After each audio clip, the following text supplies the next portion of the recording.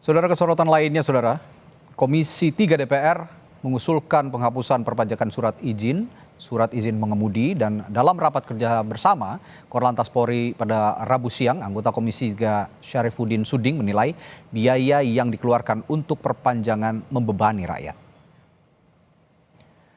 Syarifuddin menyatakan perpanjangan SIM, STNK, dan TNKB cukup sekali dan berlaku seumur hidup agar tidak membebani masyarakat.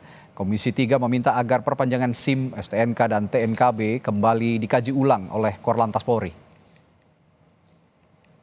paparan yang mendapatkan kenyamanan, ya, tidak ada ini selembar SIM, ukurannya tidak seberapa, STNK juga tidak seberapa, tapi biayanya sangat luar biasa, ya kan begitu. Dan itu dibebankan kepada masyarakat.